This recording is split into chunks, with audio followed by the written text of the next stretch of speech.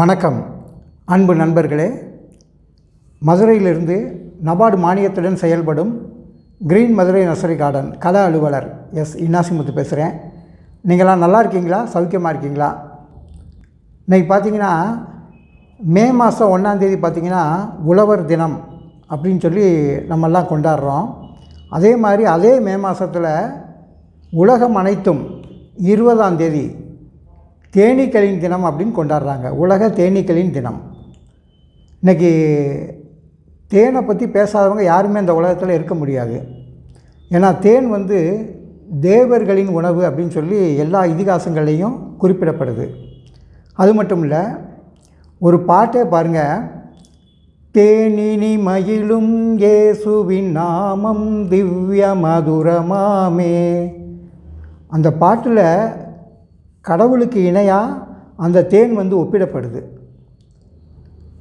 இதே மாதிரி பார்த்திங்கன்னா குரான்லையும் பார்த்திங்கன்னா இந்த தேனீக்களை பற்றியே மிகப்பெரிய வரிசையாக சொல்லிக்கிட்டே போகிறாங்க. அந்த அளவுக்கு இது முக்கியத்துவம் வாய்ந்ததாக இருக்குது. எல்லா மதங்களுமே கொண்டாடக்கூடியதாகவும் இந்த தேன் அதிக பயன்பாட்டில் நம்ம பிறக்கும்போதுலேருந்து இன்றைக்கு வரைக்கும் இருந்துக்கிட்டே பல நூற்றாண்டுகளாக இருந்துட்டு வந்துக்கிட்டு இருக்குது.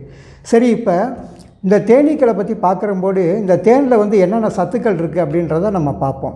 இதில் இந்த கரையக்கூடிய சர்க்கரை அப்படின்றது பார்த்திங்கன்னா ஒரு 70லேருந்து 80% இருக்குது. இதில் பழச்சர்க்கரை அப்படின்வாங்க. அதாவது ஃப்ரக்டோஸ் அப்படின்றது பார்த்திங்கன்னா ஒரு 38% இருக்குது. இதில் அதாவது கரும்பு சர்க்கரை அப்படின்றது பார்த்திங்கன்னா ஒரு 2% இருக்குது. குளுக்கோஸ் அப்படின்றது பார்த்திங்கன்னா கிட்டத்தட்ட 37% இருக்குது. அதுக்கப்புறம் பார்த்திங்கன்னா வேறு தாது உப்புக்கள், மினரல்ஸ், அமினோ அமிலங்கள் இதெல்லாம் பார்த்திங்கன்னா 0.2% அப்படியே வரிசையாக இருக்குது. அப்புறம் இதில் என்சைம்கள், விட்டமின்கள் இதெல்லாம் கொஞ்சம் கொஞ்சம் இருக்குது. ஆக தேன் மிகச்சிறந்த உணவாக இந்த உலகத்தில் கருதப்படுகிறது. நம்மலாம் சாப்பிட்டு வந்துக்கிட்டு இருக்கிறோம். இதை தேன் சாப்பிடாம இந்த உலகத்தில் இருக்கவே முடியாது. இப்போ தேனி வளர்க்குறதுல பார்த்திங்கன்னா வேறு எந்த பிரச்சனையும் வராதா அப்படின்னு பார்த்திங்கன்னா அந்த தேனீக்களுக்கு ஒரு நோய் வேறு வரும். நமக்கு எப்படி காய்ச்சல், தலைவலி இதை மாதிரி வர்ற மாதிரி அந்த தேனீக்களுக்கு பார்த்திங்கன்னா தாய்சாக் ஃப்ரூட் வைரஸ் அப்படின்வாங்க. ஒரு வைரஸ் நோய் வரும். அது வந்துச்சுன்னா அந்த புழுக்கள்லாம் பார்த்திங்கன்னா அப்படியே சுருண்டு உள்ளேயே செத்து போயிடும் கூண்டுக்குள்ளேயே. அப்புறம் அதோட கூண்டு புழுக்கள் பார்த்திங்க அப்படின்னிங்கன்னா அப்படியே நிண்டமானக்கே அப்படியே இறந்து ஓரமாக இருக்கும். அந்த புழுவோட நுனி பார்த்திங்கன்னா கண்ணங்கரேன்னு இருக்கும். இதை வச்சு அது வைரஸ் நோய் தாக்கியிருக்கு அப்படின்றத தெரிஞ்சுக்கலாம். இதுக்கு என்ன பண்ணலாம் அப்படின்னிங்கன்னா, நம்ம ஏற்கனவே சொன்னோம் பார்த்திங்களா, செயற்கை தேன் தயார் பண்ணணும்னு சொல்லிவிட்டு அந்த 1 லிட்ரு தண்ணி, 1 லிட்ரு நாட்டு சர்க்கரை இது கூட சேர்த்து ஒரு 50 கிராம் குளுக்கோஸை நல்லா கலந்து கொதிக்க வச்சு ஆற வச்சு அந்த வடிகட்டின பாகில் ஒரு 15 சொட்டு சுரேலியா மதர் டிங்சர் அப்படின்னு சொல்லி ஒரு ஹோமியோபதி மருந்து இருக்குது. அதை ஒரு 10லேருந்து ஒரு 15 சொட்டு அதுக்குள்ளே விட்டுட்டோம்னு வைங்களேன். விட்டு இதை தேனீகளை சாப்பிட வச்சோம்னா அந்த நோய்கள் கொஞ்சம் கொஞ்சமாக குறைஞ்சி போயிடும். இது ஒரு வகையான நோய். அடுத்து பார்த்திங்கன்னா அப்புறம் இந்த பல்லி, பூரா, ஓணான் இதனால் தொந்தரவு இருக்குது பார்த்திங்களா. இதை எப்படி தடுக்கிறது அப்படின்னா, இது கூண்டு பக்கத்துலேயே நின்று ஒவ்வொரு தேனீக்களாக சாப்பிட்டுக்கிட்டே இருக்கும். இது வராமல் தடுக்கணும்னா வேப்பெண்ணெய், கடுகு எண்ணெய் இதை ரெண்டையும் மிக்ஸ் பண்ணிவிட்டு அந்த கூண்டை சுற்றி வெளிப்புறமாக லேசாக அடித்து விட்டோம் அப்படின்னம்னா அந்த வாசனைக்கு அது மேலே ஏறினா வழுக்கும். அப்படின்றனால அந்த பள்ளி இதெல்லாம் கொஞ்சம் ஏறாமல் இருக்கும்.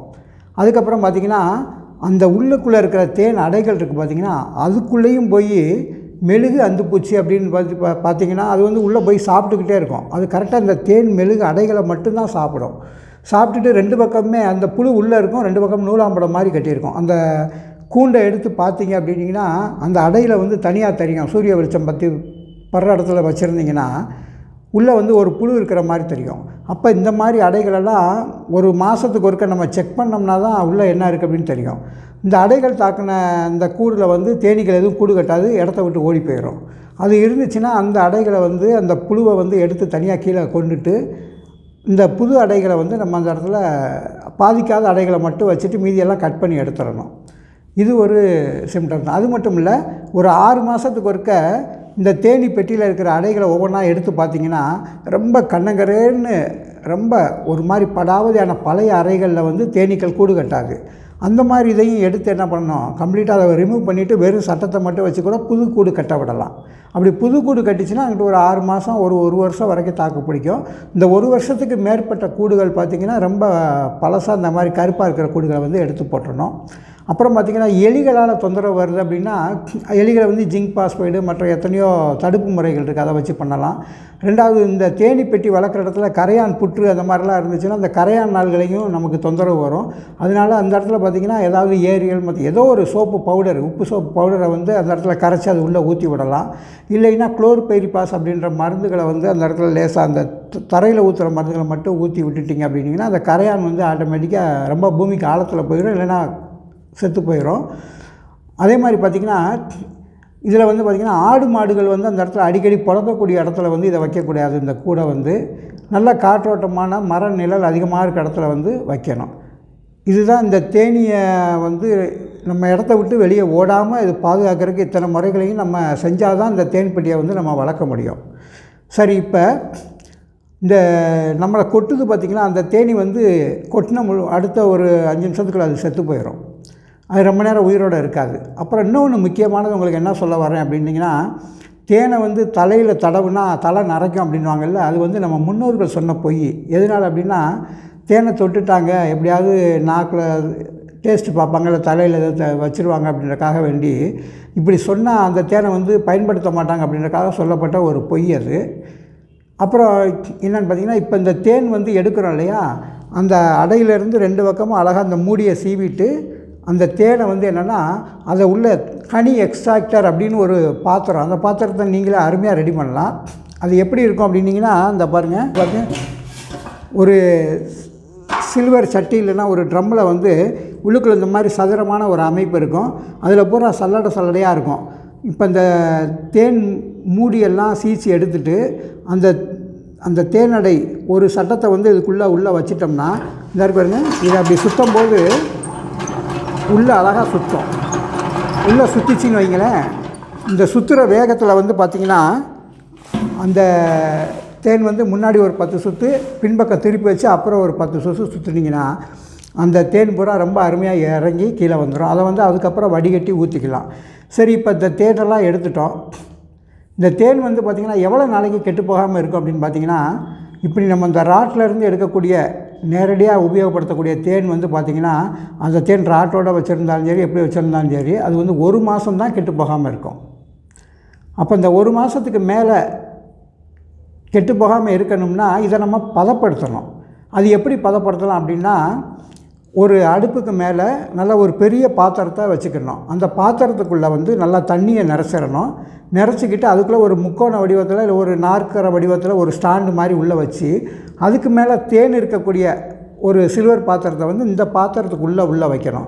வச்சு இந்த தண்ணியை வந்து நல்லா கொதிக்க விடணும். ஒரு 60 டிகிரி செல்சியஸில் நல்லா கொதிக்க விட்டிங்கன்னா, இந்த தண்ணி சூடாகிற வேகத்தில் வந்து பார்த்திங்கன்னா உள்ளே இருக்கிற தேனில் இருக்கிற ஈரப்பதம் பூரா மேலே வந்து நுரையாக வந்துக்கிட்டே இருக்கும். அப்படி வர வர அதை இறக்கி வச்சு நுரையை பூரா எடுத்துடணும். எடுத்துகிட்டு திருப்பி இருக்க வச்சு இதே மாதிரி ஒரு 2-3 தடவை பண்ணிட்டீங்க அப்படின்னா அந்த நுரையை பூரா சுத்தமாக எடுத்துட்டிங்கன்னா இந்த தேனில் இருக்கிற தண்ணி பூராமே வெளியேறிடும். இப்போ இந்த தேன் எவ்வளோ நாளைக்கு கெட்டு போகாமல் இருக்கும் அப்படின்னு பார்த்திங்கன்னா, ஒரு 6 மாதத்துக்கு கெட்டு போகாமல் இருக்கும். ஏன் அப்படின்னு கேட்டிங்கன்னா, 6 மாதத்துக்குள்ளே ஏதாவது வரக்கூடிய காற்றிலேருந்து வரக்கூடிய ஈரப்பதத்தை உறிஞ்சிரும் இது. அப்புறம் ஏதாவது புகை வாடை அடிச்சுது அப்படின்னா அந்த புகை வாடையை உறிஞ்சக்கூடிய தன்மையோடு இருக்கும். அதனால் 6 மாதம் கழித்த பிறகு திருப்பியும் இதே மாதிரி ப்ராசஸ் பண்ணணும். இப்போ நான் சொன்ன மெத்தடில் திருப்பி ஒருக்க பண்ணினீங்கன்னா அங்கிட்டு ஒரு திருப்பி ஒரு 3-4 மாதம் அந்த மாதிரி இருக்கும்.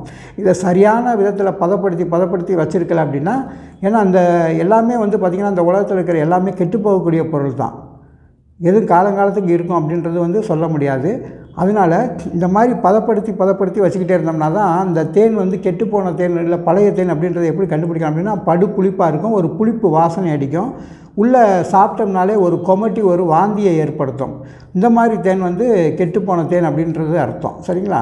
சரி, இப்போ தேனை பற்றி ரொம்ப அருமையாக எல்லாத்தையும் விளக்கத்தை உங்களுக்கு கொடுத்துட்டேன் அப்படின்னு நினைக்கிறேன். இப்போ இந்த தேன் கூட்டிலிருந்து இந்த தேனீக்களிடமிருந்து நாம் கற்றுக்கொள்ளப்பட வேண்டிய பாடங்கள் வரிசையாக ஒவ்வொன்றா அதை மட்டும் உங்களுக்கு சொல்லிடுறேன். கூட்டத்திலேருந்து நம்ம ஒற்றுமையை நம்ம இது கற்றுக்கலாம். ரெண்டாவது, இந்த கூட்டத்தில் வந்து நிர்வாக திறமை ரெண்டாவது ரொம்ப அருமையாக ஒரு நிர்வாகம் பண்ணக்கூடிய ஒரு நிகழ்ச்சியை நம்ம கற்றுக்குறோம். மூணாவது பார்த்திங்கன்னா, இந்த தேனி வந்து இந்த உலகம் பிறந்த நாள்லேருந்து கூடுகள் கட்டிக்கிட்டே இருக்குது. பார்த்தீங்களா? ஏதாவது வித்தியாசமாக கட்டுதா? இத்தனை வருஷமாக கட்டிக்கிட்டே இருக்குல்ல, ஏதாவது வித்தியாசம் தெரியுது? அதில் ஒரே மாதிரி ஒரு அறுகோண வடிவத்தில் இந்த கூடுகளை கட்டிக்கிட்டே இருக்குது. ஏன்னா அந்த தேனிக்கு தெரியும் இவ்வளோ தான் நம்ம கூடு. ரெண்டாவது அந்த கூடு எப்படி இருக்குன்னு பார்த்தீங்கன்னா, ஒரு தேனி உள்ளே போய் ரெஸ்ட் எடுத்துகிட்டு அப்படி வெளியே வரலாம், அவ்வளோதான். ரெண்டாவது பக்கத்தில் வேணால் இன்னொரு கூட்டில் உள்ளே போயிட்டு வெளியே வரலாம், அவ்வளோதானே தவிர ரொம்ப வித்தியாசமானலாம் அந்த தேனீக்கள் வந்து கூடு கட்டாது. நம்ம மனிதர்கள் என்ன பண்ணுறோம் அப்படின்னா, கொஞ்சம் பணமோ ஒரு வசதியோ இருந்துச்சுன்னு வைங்களேன், ஒரு அரை ஏக்கர் 1 ஏக்கர் இடத்துல வந்து நம்ம ஒரு முக்கால்வாசி வீடுகளை கட்டிப்படுறோம். முன்னாடி நம்ம ஒரு யோசனைக்கு சொல்கிறேன் பாருங்களேன். நம்ம மதுரையில் வந்து திருமலை நாயக்கர் மஹால் இருக்குது, மீனாட்சி அம்மன் கோயில் இருக்குது. இந்த திருமலை நாயக்கர் மஹாலில் வந்து பார்த்திங்கன்னா அந்த காலத்து மன்னர் கட்டிட்டார். உள்ளே வந்து பார்த்திங்கன்னா அரசி வந்து கோவப்பட்டுட்டு உள்ளே ஓடி போய் ஒளிஞ்சிக்கிட்டாங்கன்னு வைங்களேன், அவங்கள கண்டுபிடிக்கவே ஒரு நாள் ஆகும். உள்ளே போய் தேடிக்கிட்டே தெரிய வேண்டியதான். அந்த இடத்த கூட்டுறதுக்கு எத்தனை பேரை வேலைக்கு வைக்க வேண்டியிருக்கு பார்த்தீங்களா? அந்த இடத்த கூட்டுறதுக்கே டெய்லி ஒரு 5 பேர் 10 பேராவது உள்ளே கூட்டினா தான் இடம் எப்போவுமே சுத்தமாக இருக்கும். அதனால் நம்ம இருக்கக்கூடிய வீடுகள் வந்து சின்ன அளவில் தான் இருக்கணும் அப்படின்றத வந்து உணர்த்தக்கூடிய ஒரு மிக அற்புதமான ஒரு இந்த தேன்கூடு வந்து ஒரு உதாரணம். ரெண்டாவது பார்த்திங்கன்னா, இந்த தேனீக்கள் வந்து பார்த்திங்கன்னா பழைய யாராவது ஏற்கனவே கட்டியிருக்காங்க பார்த்திங்களா, அந்த பழைய வீடுகளில் குடியிருக்காது. ஒரு வீடை விட்டுட்டு இந்த தேனீக்கள் பறந்துருச்சு அப்படின்னா திருப்பி அந்த வீடை வந்து யாருமே ஆக்கிரமித்து அதில் கூடுகள் கட்டியெல்லாம் வாழ மாட்டாங்க. இது தேனீக்களுக்கு மட்டும் பொருந்தும்னு நினைக்காதீங்க, பறவைகளுக்கும் அப்படி தான்.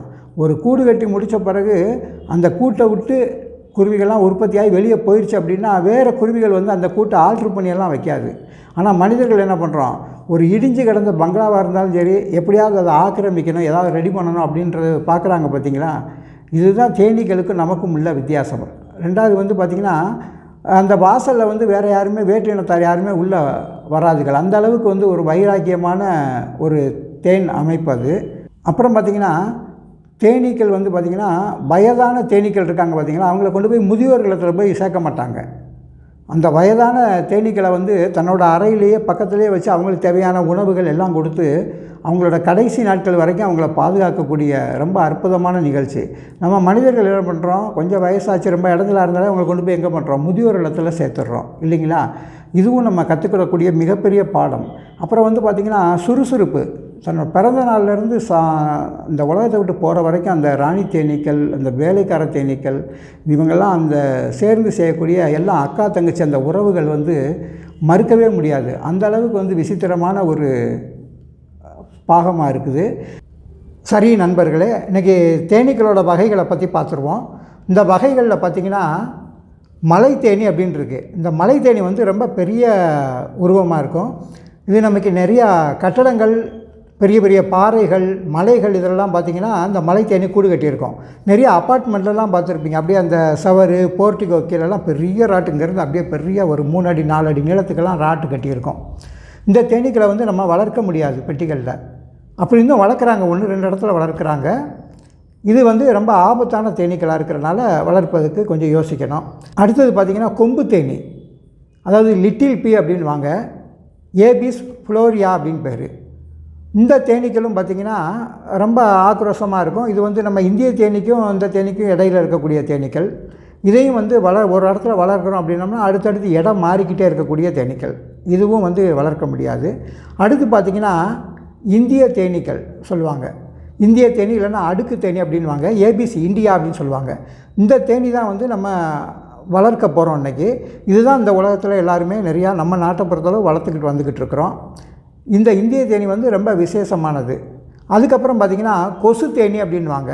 அது வந்து பார்த்திங்கன்னா ஏபிஸ் மெலிபோனா அப்படின்னு பேர். ரொம்ப பொடிசாக தான் இருக்கும். அது வளர்க்குற கூண்டுகளில் ஒரு 100 மில்லி 50 மில்லி தேன் எடுக்கிறதே ரொம்ப கஷ்டம்.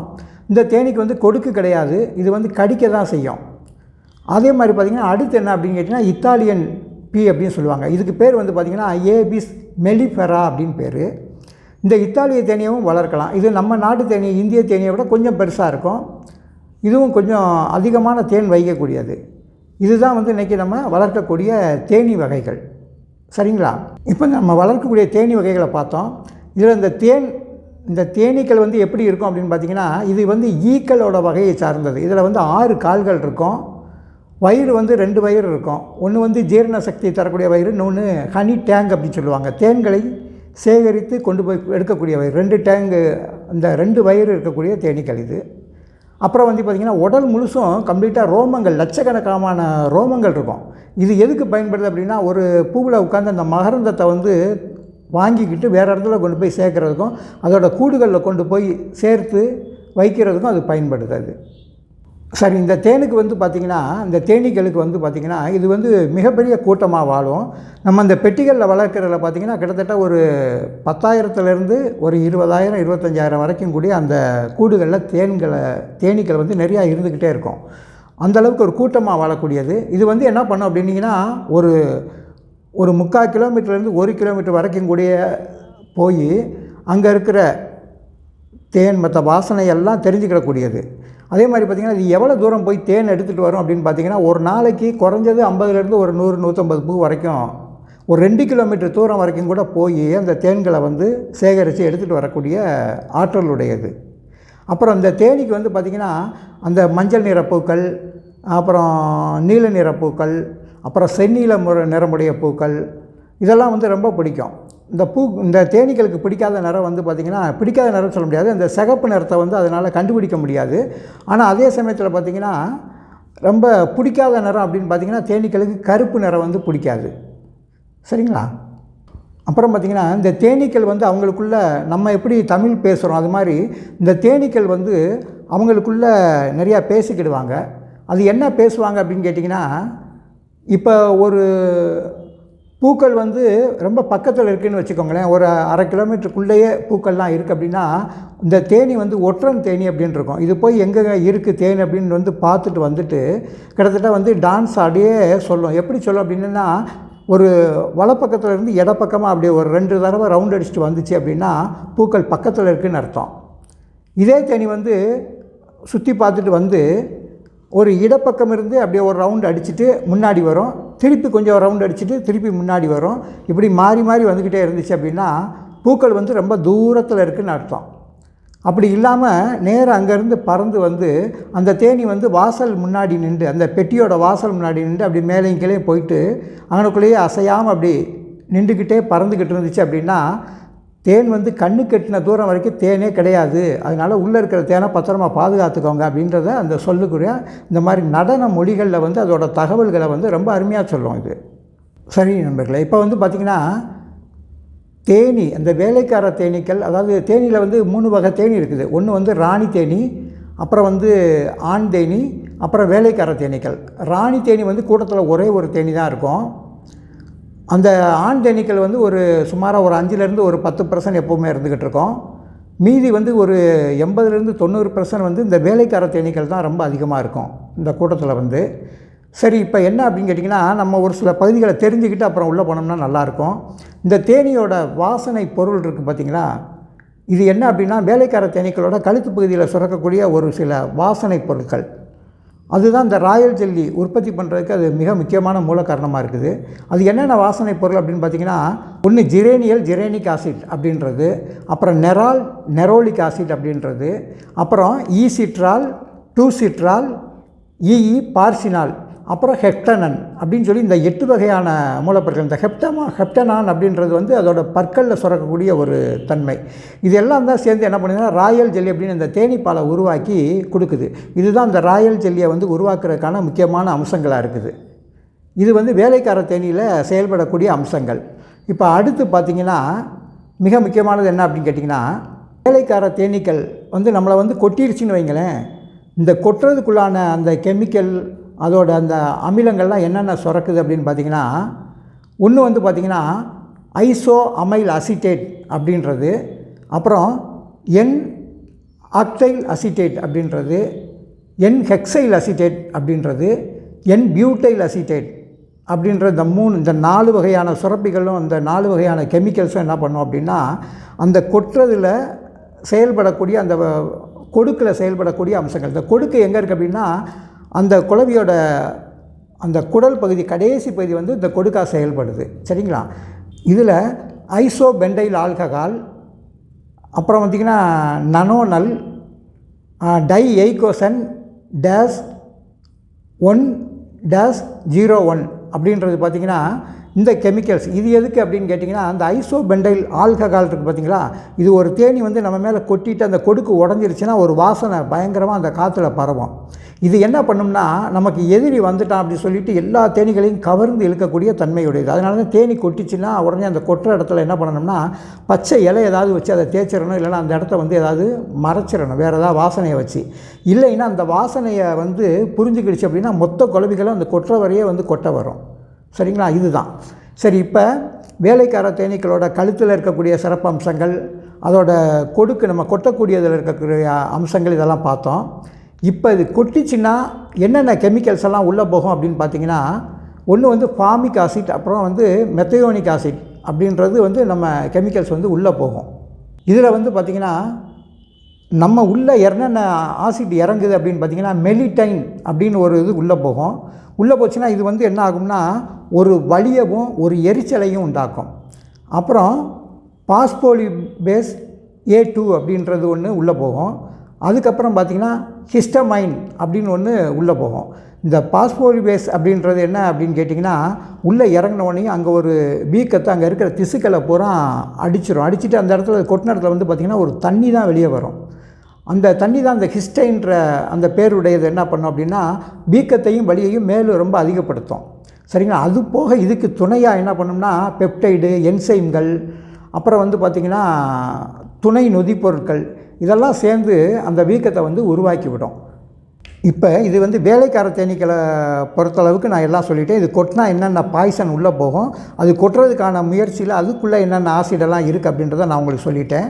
இப்போ அடுத்து நான் சொல்ல போகிறது தான் ரொம்ப முக்கியமானது. என்ன அப்படின்னு கேட்டிங்கன்னா, ராணி தேனி அப்படின்னு சொல்கிறோம் இல்லையா, இந்த ராணி தேனி வந்து பார்த்திங்கன்னா 2லேருந்து 3 வருஷம் வரைக்கும் உயிர் வாழக்கூடியது.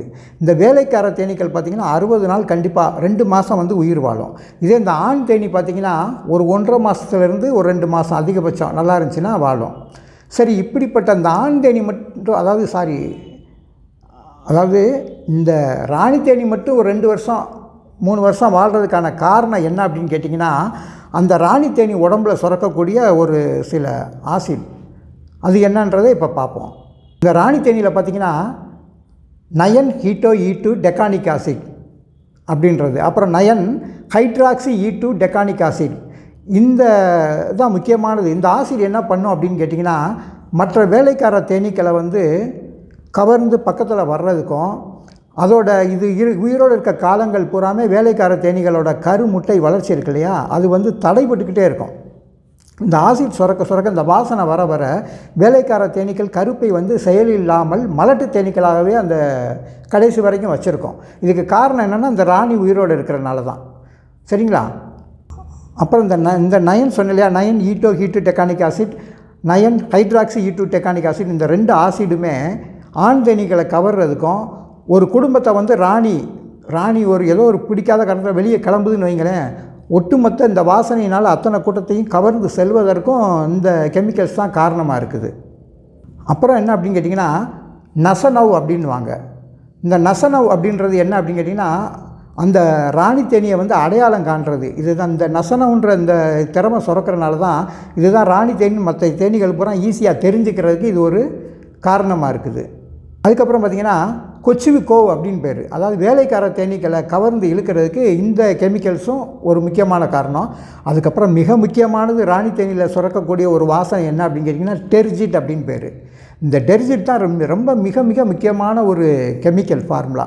இது என்ன பண்ணும் அப்படின்னு கேட்டிங்கன்னா, மற்ற வேலைக்கார தேனீக்களோட கருப்பைகளை தடை பண்ணுறதுல வந்து மிக தீவிரமாக இருக்கும்.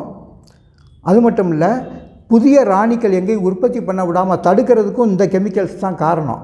அந்த ராணி தேனியில் சுரக்கக்கூடிய இந்த கெமிக்கல்ஸ் தான் முக்கியமான காரணம்.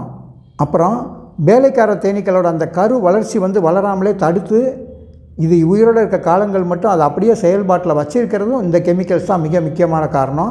ஆண் தேனீக்களை கவர்ந்து இழுக்கிறதும் இதோட முக்கியமான காரணமாக இருக்குது. சரி, இனிமேல் அடுத்து இப்போ இது வரைக்கும் எல்லாமே தெரிஞ்சுக்கிட்டோம்.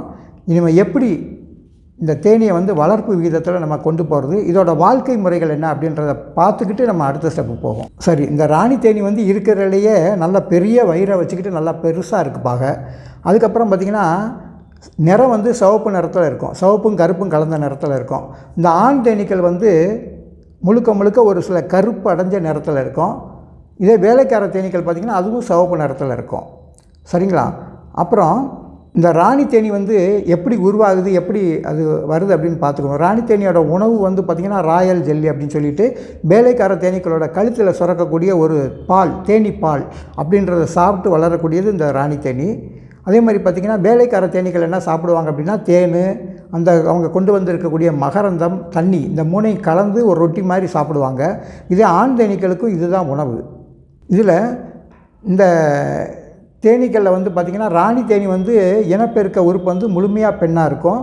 அதே மாதிரி ஆண் தேனீக்கள் முழுமையான ஆண்களாக இருக்கும். அந்த வேலைக்கார தேனீக்கள் மட்டும் பார்த்திங்கன்னா மலட்டு தேனீக்களாகவே உருவாகும்.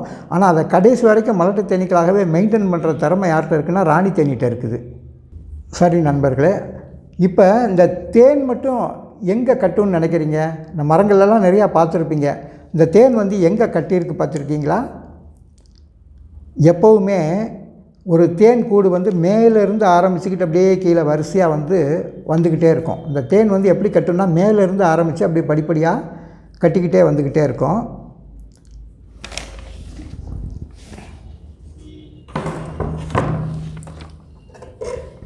இந்த கட்டுது பாருங்கள். இப்படி இந்த தேன் வந்து பார்த்திங்கன்னா மேலேருந்து அப்படியே கட்ட ஆரம்பிக்கும். இந்த இருக்குது பாருங்கள், இப்படி மேலேருந்து ஆரம்பிக்கும். மரங்கள்லேயும் சரி, புதர்கள்லையும் சரி, பெரிய பெரிய கட்டடங்கள்லையும் சரி, மேலே வந்து அருமையான இந்த மெழுகுகளை சுரந்து அப்படியே கொஞ்சம் கொஞ்சமாக கட்ட ஆரம்பிக்கும். சரி, இதை பார்க்குறதுக்கு முன்னாடி ஒரு சில அதோடய வாழ்க்கை முறைகளை தெரிஞ்சுக்கிட்டிங்கன்னா நல்லாயிருக்கும்.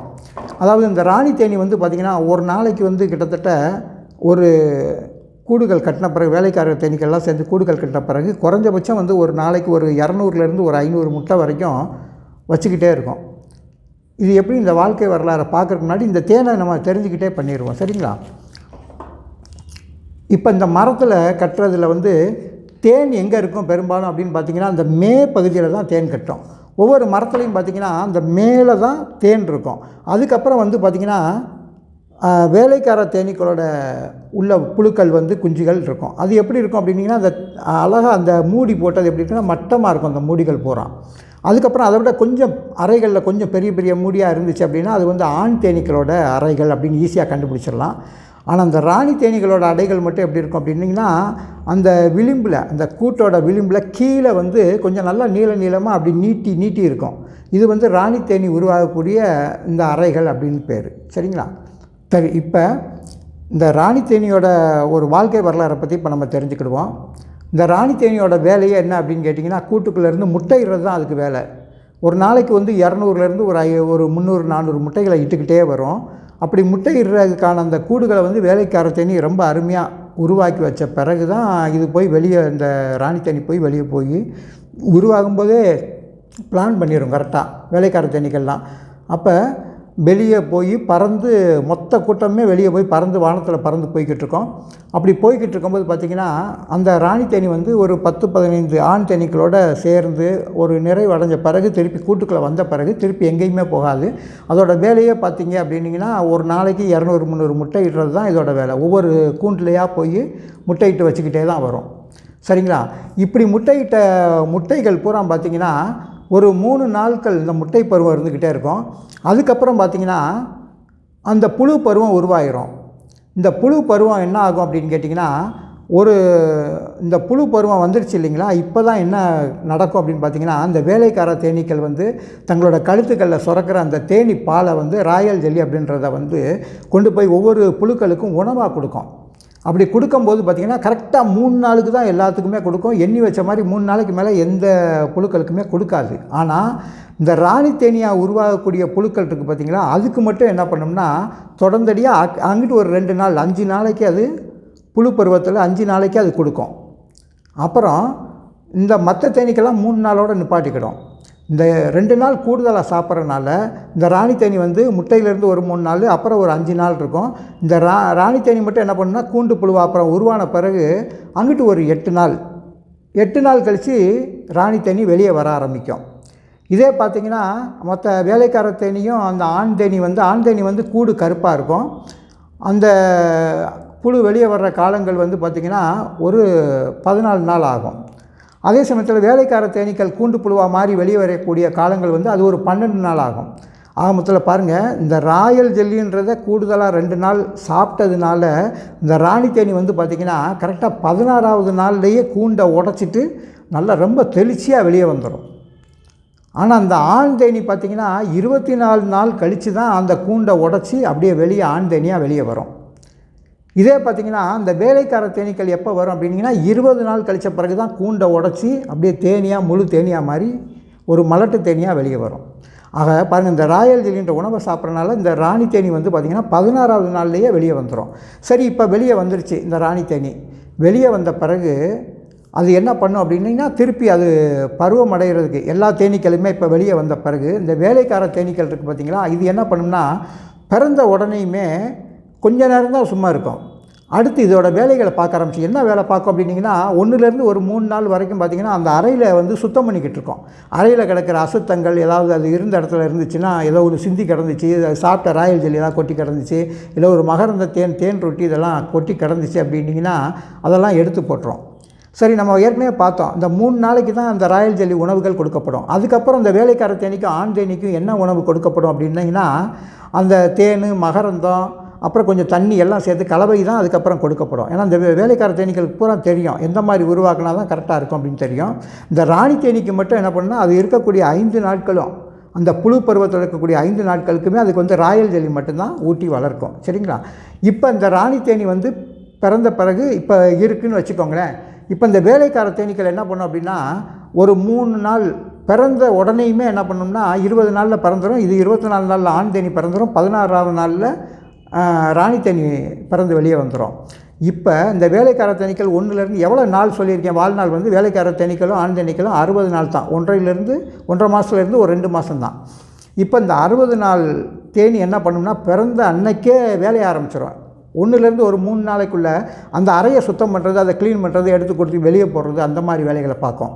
4லேருந்து 6 நாள் வரைக்கும் பார்த்திங்கன்னா அந்த இளம் புழுக்கள் இருக்கு இல்லையா, ஏற்கனவே முட்டை போட்டு பொரித்த புழுக்களுக்கு வந்து இது போய் என்ன பண்ணும், அந்த மகரந்தம், தண்ணீர் இதெல்லாம் கலந்து அந்த ரொட்டி செஞ்சு அதுகளுக்கு சாப்பாடு கொடுத்துக்கிட்டு இருக்கோம். இதுதான் இதோட வேலை. அப்புறம் 6லேருந்து 12 நாட்களான அந்த தேனீக்களுக்கு தான் அந்த கழுத்தில், பற்கள்லாம் அந்த ராயல் ஜெல்லின்ற உணவு சுரக்க ஆரம்பிக்கும்.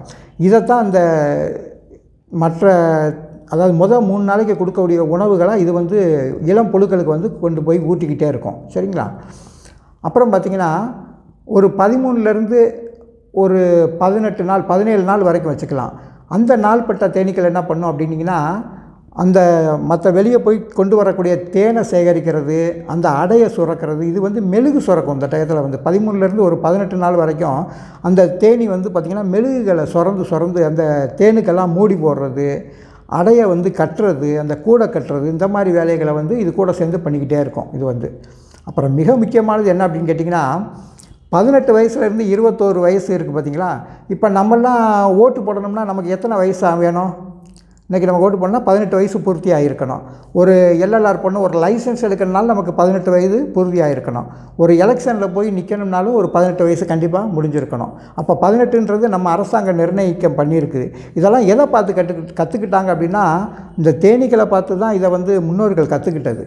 எப்படின்னா இந்த 18 நாள்லேருந்து 21 நாள் இருக்கக்கூடிய இந்த இளம் வீரர்கள் தேனீக்கள் இருக்காங்க இல்லையா, இவங்களை தான் வந்து காவல் வீரர்களாக ஒரு குரூப்பை நியமித்து வச்சுருக்கோம். இந்த வேலைக்கார தேனியில் ஒரு கூட்டம் வந்து காவல் வீரர்களாக வாசலில் அந்த கூண்டுக்குள்ளே நிப்பாட்டி வச்சுருப்பாங்க. இவங்களோட வேலை என்ன அப்படின்னு கேட்டிங்கன்னா கூட்டுக்குள்ளே காற்றோட்டத்தை ஏற்படுத்துறது, கூட்டுக்குள்ளே வெப்பமாக இருந்தால் அந்த சூழ்நிலைகளை மாற்றுறதுக்கு என்ன பண்ணலான்னு யோசிக்கிறது, யாராவது இறந்து போயிட்டாங்கன்னா மொத்தமாக போய் அவங்களோட பிணங்களை தூக்கி கொண்டு போய் வெளியே போடுறது, அத்தனை வேலைகளையும் இந்த 18லேருந்து 21 நாள் இருக்கக்கூடிய இந்த படை வீரர்கள் தான் ரொம்ப அருமையாக செய்வாங்க. அது மட்டும் இல்லை, இதுக்கப்புறம் பார்த்திங்கன்னா அந்த 18 நாளைக்கு 21 நாளைக்கு மேலே 22 நாள்லேருந்து அது கடைசி இந்த சாக போகக்கூடிய 60 நாள் வரைக்கும் என்ன வேலை பார்க்கும் அப்படின்னா அந்த 21 நாள் பூர்த்தியான பிறகு தான் இது வெளியே போய் தேன் சேகரம் பண்ணுறதுக்கு அங்கே ஒரு ஒற்றர் படையை நியமிப்பாங்க. இந்த ஒற்றர் படைகள் எங்கெங்கே பூக்களில் தேன் இருக்குது அப்படின்றத கண்டு வந்து இந்த கூட்டுக்கு சொல்லுவாங்க. மற்ற தேனீக்கெல்லாம் சேர்ந்து போய் என்ன பண்ணுவாங்க, எவ்வளோ தூரம் 2 கிலோமீட்டர் 3 கிலோமீட்டர் கூட ஒவ்வொரு இடமாக சுற்றி வந்து அந்த தேன்களெல்லாம் சேகரித்து கொண்டு வருவாங்க, மகரந்த சேகரித்து கொண்டு வருவாங்க, தண்ணியை சேகரித்து கொண்டு வருவாங்க, அந்த கூட்டுக்களை வந்து கொண்டாந்து வைப்பாங்க. அப்புறம் கடைசி 60 நாள் இந்த வயதான தேனீக்கள் இருக்குது பார்த்திங்களா, அது உள்ளே இறந்து போயிடும். அப்படி இறந்ததையும் அந்த கூண்டுக்குள்ளேருந்து அப்படியே வெளியே அழகழகாக எடுத்து என்ன பண்ணிக்கிட்டோம், வெளியே போட்டு விட்டுரும். இந்த இளமை தேனீக்கள் வந்து அந்த 18 நாள்லேருந்து 21 நாள் இருக்கு இல்லையா, அந்த தேனீக்கள் வந்து ரொம்ப அருமையாக எடுத்து வெளியே போட்டு அந்த இடத்தையே வந்து ரொம்ப நீட்டாக சுத்தப்படுத்தி வச்சுக்கிறது வந்து ரொம்ப அருமையாக இந்த வேலையை பார்த்துக்கிட்டு இருக்கோம். சரிங்க, மிக முக்கியமானது இப்போ தான் நம்ம கவனிக்க வேண்டியது என்ன அப்படின்னு கேட்டிங்கன்னா, இந்த தேன் கூட்டத்தை பற்றி தெரிஞ்சுக்கிட்டோம்னா நம்ம வந்து இந்த குடும்பத்தை வந்து எப்படி வழி நடத்தலாம் அப்படின்றத ரொம்ப அருமையாக புரிஞ்சுக்கலாம். ஒரு கூட்டத்துக்கும் ஒரு வாசனை இருக்குது. அந்த கூட்டுக்குள்ளே வேறு எந்த தேனீக்களுமே இஷ்டத்துக்கு ஏதோ எங்கள் தெரிஞ்சவர் என் ஃப்ரெண்டு அவரை பார்க்க போகிறேன் இவரை பார்க்க போகிறேன்னு யாருமே உள்ளே நுழைய முடியாது. நுழைஞ்சதுன்னா அங்கேயே வாசலில் வந்து தடுத்து என்ன பண்ணிடுறோம், நிப்பாட்டிடுறோம். சரிங்களா? ஒரே தாய் வயிற்றில் பிறந்த அத்தனை சகோதரர்களையும் அந்த சகோதரர்களே வந்து வளர்க்குறாங்க. இன்றைக்கி பார்த்திங்கன்னா நம்ம குடும்பங்கள்லாம் ஒற்றுமை இல்லாமல் இருக்குது. அண்ணன் தம்பிக்குள்ள பிரச்சனை, வேறு யாரும் வெளியே இருந்தாலும் வர வேண்டியதில்லை. அண்ணன் தம்பிக்குள்ள பிரச்சனை, சித்தப்பா பெரியப்பாக்களுக்குள்ள பிரச்சனை, இப்படி தான் பிரச்சனை இருந்துக்கிட்டே இருக்குது. ஆனால் அந்த தேனீ கூட்டம் வந்து பார்த்திங்கன்னா ரொம்ப ஒற்றுமையாக இருந்து செயல்படக்கூடியது. சரிங்களா? சரி, இந்த தேன் கூட்டத்துக்கு வந்து எதிரிகளே இல்லையா அப்படின்னு கேட்டிங்கன்னா ஏகப்பட்ட எதிரிகள் இருக்காங்க.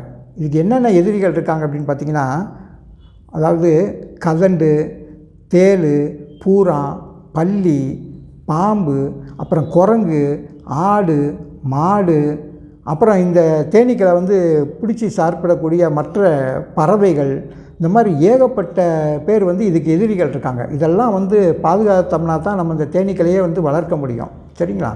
அப்புறம் பார்த்திங்கன்னா இந்த கட்டெரும்பு, அந்த செவ்வெரும்புன்னு பார்த்திங்களா, இந்த செவ்வெரும்பு இதெல்லாம் வந்து பார்த்திங்கன்னா ரொம்ப ஆக்ரோஷமாக வந்து இந்த தேனீக்களெல்லாம் பிடிச்சி சாப்பிட்டு போயிடும்.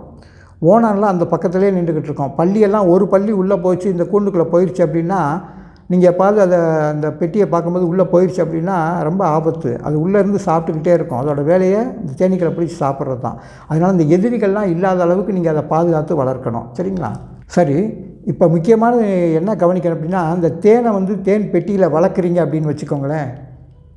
அந்த தேன் தரக்கூடிய ஒரு சில அதாவது மரங்கள் மற்றதெல்லாம் இருக்குது. என்னென்ன இருக்குது அப்படின்னு பார்த்திங்கன்னா, அதாவது எள், வாழை, புங்க மரம், அப்புறம் வேப்ப மரம், அப்புறம் மாமரம், அப்புறம் இந்த கருவேல மரம், எட்டி மரம், தாண்டி மரம், நீர் மருத மரம், அப்புறம் வந்து இலவமஞ்சு மரம், அப்புறம் சில்வர் ஓக்கு மரம், அப்புறம் வந்து இந்த அரப்பு மரங்கள், அப்புறம் இலுப்பை மரம், அப்புறம் இந்த பெருமரம்னு சொல்லுவாங்க அது, அப்புறம் கொடுக்காப்புளி மரம், லிச்சி மரம், அப்புறம் வந்து பார்த்திங்கன்னா குதிரை மசாலு, கள்ளி, கத்தாழை, அப்புறம் வந்து தும்பை, அப்புறம் இந்த காப்பி, அப்புறம் இந்த பயிர் பண்ணுறது மற்றதெல்லாம் பார்த்திங்கன்னா கத்தரி, வெண்டை, அப்புறம் சோளம், கம்பு, அந்த மாதிரியான பயிர்கள், அப்புறம் வந்து பார்த்திங்கன்னா மாதுளை, கொய்யா, சப்போட்டா, சீத்தா, இந்த மாதிரியான பழமரங்கள் இதெல்லாம் எங்கே நிறையா இருக்கோ அந்த பகுதியில் தான் நீங்கள் இந்த தேன் பெட்டியை வச்சு நீங்கள் வளர்க்க முடியும். எதுவுமே பழமரங்களே இல்லை அப்படின்னா நீங்கள் கொண்டு போய் வச்சுட்டலாம் இதை காப்பாற்ற முடியாது, இடத்த விட்டு ஓடிடும், உடனே எஸ்கேப் ஆகிரும்.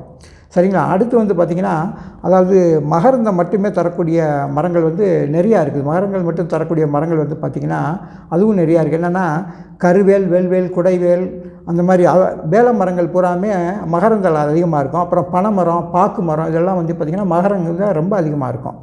அப்புறம் பார்த்திங்கன்னா மகரந்தமும் தேனும் தரக்கூடிய மரங்கள் இன்றைக்கி நிறையா இருக்குது. அது பார்த்திங்கன்னா தென்னை, தைலம், சீமக்கருவேல், அப்புறம் இந்த சரக்கொன்ற மரம், அப்புறம் வேங்க மரம், அப்புறம் வந்து பார்த்திங்கன்னா நவாப்பழ மரம், அப்புறம் மரம், ஆலமரம், இந்த மாதிரியான மரங்கள் வந்து எக்கச்சக்கமாக இருக்குது. இது தேனும் மகரந்தமும் சேர்த்து தரக்கூடிய மரங்கள். இது வந்து அதுலேயும் பார்த்திங்கன்னா கொய்யா, மாதுளை, இலந்த, சப்போட்டா, லிச்சி, பேரி, ஆப்பிள், அப்புறம் இந்த மாதிரி சிங்கப்பூர் செரி, இந்த மாதிரி எக்கச்சக்கமான மரங்கள் இருக்குது. அதில் கத்தி சவுக்கு, மேஞ்சியம்டுவாங்க, அப்புறம் வந்து பார்த்திங்கன்னா வஞ்சி மரம், இந்த மாதிரி மரங்கள் ஃபுல்லாகவே வந்து மகரந்தத்தையும் தேனையும் தரக்கூடிய அதிகப்படியான மரங்கள். இதில் எந்த மரம் உங்கள் பகுதியில் நிறையா இருக்குது அப்படின்னு பார்த்தா தான் நீங்கள் இந்த தேனீ பெட்டியை வந்து ரொம்ப அருமையாக வச்சு காப்பாற்ற முடியும். இல்லைன்னா அந்த பெட்டியை விட்டு தேனீக்கள்லாம் என்ன பண்ணுவோம், வெளியே ஓடிடும். சரிங்களா? சரி, இப்போ இந்த தேனீக்களை வளர்க்குறதுக்கு நம்ம என்ன பண்ணலாம், எப்படி அந்த பெட்டிகளை உருவாக்கலாம் அப்படின்றத பார்ப்போம். அதாவது தென்னை மரத்தில் வந்து பார்த்திங்கன்னா ஒரு 30% விளைச்சல் வந்து இந்த தேனீக்களை வச்சே நடைபெறுது. அதே மாதிரி பார்த்திங்கன்னா தர்பூசணி பழம், அப்புறம் நீங்கள் போட்டுக்கிற வெள்ளரி, பூசணி, இதெல்லாம் பார்த்திங்கன்னா ஆண் பூ, பெண் பூ வந்து தனித்தனியாக இருக்கும். இந்த பூக்கள்லேருந்து மகரந்த சேர்க்கை நடைபெறுவதற்கு இந்த தேனீக்கள் வந்து ரொம்ப காரணமாக இருக்குது. இந்த தேனீகள் வந்து வளர்க்கும் போது பார்த்திங்கன்னா இந்த மகசூல் வந்து இன்னும் ஒரு 10லேருந்து ஒரு 80 வரைக்கும் 70% வரைக்கும் கூட கூடுதலாகிறதுக்கு ரொம்ப வாய்ப்புகள் வந்து 100க்கு 100% உண்மை அது. சரிங்களா? சரி, இப்போ இந்த பெட்டிகளை எப்படி செய்கிறது, எப்படி தேனீக்களை உள்ளே கொண்டு வர்றது, எப்படி வளர்க்குறது அப்படின்ற மெத்தடை வந்து இப்போ நான் உங்களுக்கு சொல்லிக் கொடுக்க போகிறேன். சரிங்களா? இப்போ இது வந்து பார்த்திங்கன்னா அடிப்பலகை. இந்த பலகை வந்து பார்த்திங்கன்னா இவ்வளோ திக்னஸ் எல்லாம் இருக்கணும்னு அவசியம் கிடையாது. ஒரு 1/4 இன்ச்சு திக்னஸ் அந்த மாதிரி இருந்தால் கூட போதும். இது வந்து பார்த்திங்கன்னா கிட்டத்தட்ட 27 சென்டிமீட்டர் வந்து இது இருக்கணும், கண்டிப்பாக இருக்கணும். அதே மாதிரி பார்த்திங்கன்னா இந்த பக்கம் வந்து ஒரு 21 சென்டிமீட்டர் இருக்கணும். 27.5க்கு 21 சென்டிமீட்டர் இருக்கணும். இது எதுக்காகனா இது கீழே வச்ச பிறகு பின்பக்கத்தில் கொஞ்சம் இடைவெளி ஒரு நூல் உள்ளே போகிற மாதிரி கிடக்கணும். எதுக்காக இது அப்படின்னு கேட்டிங்கன்னா, அந்த தேனீக்கள் உள்ளே வந்து பெணம் இதெல்லாம் அந்த தூசி கிசியெல்லாம் தட்டி விடுது பார்த்திங்களா, இந்த அறையில் வந்து தான் விழுகும்போது இதை க்ளீன் பண்ணுறதுக்கு இந்த அறையில் வந்து கடைசியில் ஒரு பள்ளம் மாதிரி இருந்துச்சு அப்படின்னா அது வந்து விழுகிறதுக்கு ரொம்ப அருமையான வாய்ப்புகளாக இருக்கும். சரிங்களா? அதனால் இந்த பெட்டியை மறைச்சி இந்த பெட்டியை வந்து லைட்டாக இதுக்கு மேலே வச்சுக்கிற தேன்பிள்ளையை லைட்டாக இழுத்தோம்னா கீழே பூரா கொட்டிகிற அளவுக்கு இந்த அடிப்பலகை வந்து பக்காவாக செய்யலாம். சரிங்களா? இந்த பலகை வந்து எதில் செய்யணும் அப்படின்னு கேட்டிங்கன்னா, இப்போ இது வந்து அடிப்பலகைன்னு பேர். இந்த பலகையை வந்து கீழே வைக்கணும். அதுக்கப்புறம் பார்த்திங்கன்னா இதுக்கு மேலே வைக்கக்கூடிய இந்த பெட்டி இருக்குது பார்த்திங்களா, இது வந்து பார்த்திங்கன்னா இது வந்து 28 சென்டிமீட்டர் நீளம் இருக்கணும். சரிங்களா? இதோட உயரம் வந்து 16 சென்டிமீட்டர் இருக்கணும். இது வந்து 28 சென்டிமீட்டர், இது 16 சென்டிமீட்டர் இருக்கணும். சரிங்களா? இப்போ இந்த அகலம் வந்து பார்த்திங்கன்னா இது வந்து 24 சென்டிமீட்டர் இருக்கணும். சரிங்களா? இது வந்து 24 சென்டிமீட்டர் இருக்கணும். அப்போ இது வந்து 28 சென்டிமீட்ரு, இது வந்து கிட்டத்தட்ட ஒரு 23 சென்டிமீட்டர் இருந்தால் கூட போதும். 24 இருந்தால் நல்லதான், 23 சென்டிமீட்டராவது மினிமம் இருக்கணும். ரைட். இப்போ இதுக்குள்ளே பார்த்திங்கன்னா 2 ரீப்பரை வந்து அடைச்சிருப்பாங்க. 2 மேமட்டத்தில் ஒரு 1/4 இன்ச்சு கம்மியாக உள்ளே இறக்கி 2 ரீப்பர் அடிச்சிருப்பாங்க. பார்த்திங்கன்னா தெரியும். இதில் வந்து பார்த்திங்கன்னா இந்த சட்டங்களை வந்து உள்ளே பொருத்துவாங்க, இப்படி உள்ளே வைப்பாங்க. இந்த சட்டம் வந்து பார்த்திங்கன்னா இது வந்து பார்த்திங்கன்னா ஒரு 1/2 இன்ச்சு சட்டம் இருக்கணும். இதோட நீளம் வந்து 24 சென்டிமீட்டர் இருக்கணும். இதோட உயரம் வந்து 14 சென்டிமீட்டர் இருக்கணும். இதோட நீளம் வந்து 20 சென்டிமீட்டர் இருக்கணும். அப்போ தான் இதுக்குள்ளே வந்து அப்படி உள்ளே வைக்கலாம். இந்த பெட்டிக்கு பேர் வந்து ப்ரீடிங் சேம்பர் அப்படின்னு பேர். அதாவது இதுக்குள்ளே தான் தேனி குடும்பத்தை நடத்தி தேனி குடும்பத்துக்கான தேன்களை வந்து உருவாக்கக்கூடிய இடம். இந்த மாதிரி சட்டம் வந்து எத்தனை சட்டம் உள்ளே வைக்கலாம் அப்படின்னா, கீழே வந்து 6 சட்டங்கள் வைக்கலாம். உள்ளுக்குள்ளே வந்து 6 சட்டங்களை அப்படி வரிசையாக உள்ளே வந்து வைக்கலாம்.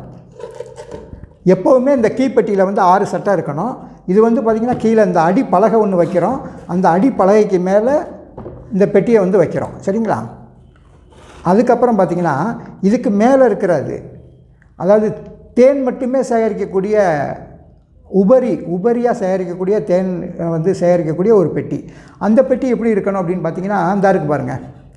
இந்த பெட்டி அதே மாதிரி 28 சென்டிமீட்டர் நீளம் இருக்கணும். இது இங்கிட்ட 23 சென்டிமீட்டர் அகலம் இருக்கணும். இந்த உயரம் வந்து பார்த்திங்கன்னா ஒரு 12 சென்டிமீட்டர் தான் இருக்கணும். இது வந்து 16 சென்டிமீட்டர் இருந்துச்சு, இது வந்து 12 சென்டிமீட்டர் தான் இருக்கணும் இந்த உயரம் வந்து. இதுக்குள்ளே இருக்கக்கூடிய இருக்குங்க இந்த சட்டம் எவ்வளோ இருக்கணும் அப்படின்னிங்கன்னா, இது வந்து 24 சென்டிமீட்டர் இந்த நீளம் இருக்கணும். இது வந்து பார்த்திங்கன்னா மொத்தமே வந்து ஒரு 11 சென்டிமீட்டர் தான் இருக்கணும். ஏன்னா இது 12 சென்டிமீட்டர் இங்கே வைக்கிறதுனால இது வந்து 1 சென்டிமீட்டர் கம்மியாகவே இந்த சட்டம் இருக்கணும். இது வந்து 20 சென்டிமீட்டர் அகலம் இருக்கணும். இப்போ இந்த சட்டத்தை வந்து இதுக்குள்ளே வைக்கிறதுக்கு இதுலேயும் வந்து உள்ளுக்குள்ளே வந்து இந்த பெட்டியில் பார்த்தோம் இல்லையா, அந்த மாதிரி மேலே ஒரு ரீப்பரு, உள்ளே இந்த சைடில் ஒரு ரீப்பர் அடித்து அதுக்குள்ளே வந்து சொருகி இருக்கணும். இதில் வந்து பார்த்திங்கன்னா எத்தனை சட்டங்கள் இருக்கணும் அப்படின்னா, இதுக்கு பேர் வந்து ஹனி சேம்பர் இல்லைனா சூப்பர் சேம்பர் அப்படின்வாங்க. இதுக்குள்ளே வந்து பார்த்திங்கன்னா ஒரு 5 சட்டம் இருக்கணும். இதில் வந்து 6 சட்டம் இருக்கணும், இதில் வந்து 5 சட்டங்கள் இருக்கணும். சரிங்களா? இப்போ இந்த சட்டத்தை வந்து இப்படி மேலே வச்சிடுறோம். இதுலேயும் தேன் நிறையா சேகரிச்சு அப்படின்னா இதுக்கு மேலே இதே மாதிரி இன்னொரு சூப்பர் சேம்பர் 2வது சேம்பரும் வந்து இது வரைக்கும் வந்து வைக்கலாம். வச்சுட்டு இப்போ ஏற்கனவே கீழே வந்து அடிப்பலகைக்கு மேலே இப்போ இதை வச்சுருக்கோம். இதுக்கு மேலே என்ன பண்ணலாம் அப்படின்னா ஒரு மூடி, அந்த மூடி வந்து 28 சென்டிமீட்டருக்கும் இங்கிட்ட 24 சென்டிமீட்டர், கொஞ்சம் 1 சென்டிமீட்டர் கூட இருந்தாலும் பரவாயில்ல, இந்த மூடியை வந்து இப்படி மூடி வச்சிடணும். சரிங்களா? இப்போ நல்லா கவனித்து பாருங்கள், தெரியும். தேனீக்கள் உள்ளே போயிட்டு வர்றதுக்கு ஒரு 5 சென்டிமீட்டர் நீளத்துக்கும் ஒரு 1/2 சென்டிமீட்டர் அகலத்துக்கும் ஒரு வாசல் இருக்குது பாருங்கள். இந்த ஒரு திறப்பு வச்சுருக்கோம் பாருங்கள் கீழே, தெரியுதுங்களா? ஒரு திறப்பு வச்சுருக்கு இந்த இடத்துல. இது வழியாக தான் தேனீக்கள் உள்ளே போயிட்டு தங்கி இருந்து வேலை பார்த்துக்கிட்டு இருக்கோம். சரிங்களா?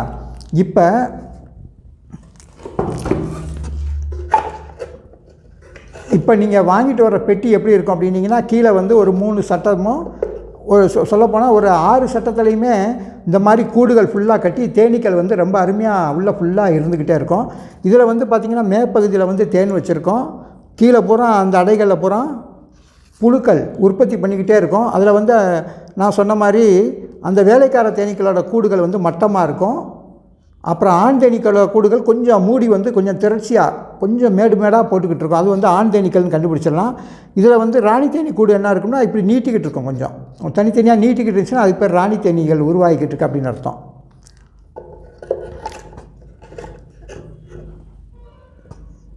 இப்போ இந்த பெட்டியிலேருந்து இப்போ இந்த பெட்டி வைக்கிறோம் இல்லையா,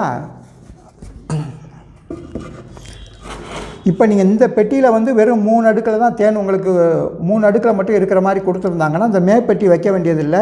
இதை எடுத்துகிட்டு என்ன பண்ணிடலாம் அப்படின்னா இந்த மேலே மட்டும் இந்த மூடியை போட்டு வச்சிடலாம். வச்சுட்டிங்கன்னா கீழே இந்த 6 சட்டத்துலையுமே ஃபுல்லாக தேன் வந்து கம்ப்ளீட்டாக கூடு கட்டி தேனீக்கள் எண்ணிக்கை ஜாஸ்தியாகிக்கிட்டே இருக்கணும். இருந்துச்சுன்னா மட்டும்தான் அடுத்த சேம்பரில் இது கூடு கட்டும். அப்போ அதுக்கு முன்னாடி வந்து இதை மேலே வச்சுருக்கக்கூடாது. வச்சுருந்தீங்கன்னா உங்களுக்கு உள்ள குழப்படி நடக்கும். அதனாலேயே தேனீக்கள் ஓடி போகிறதுக்கு மிக முக்கியமான காரணமாக இருக்கும்.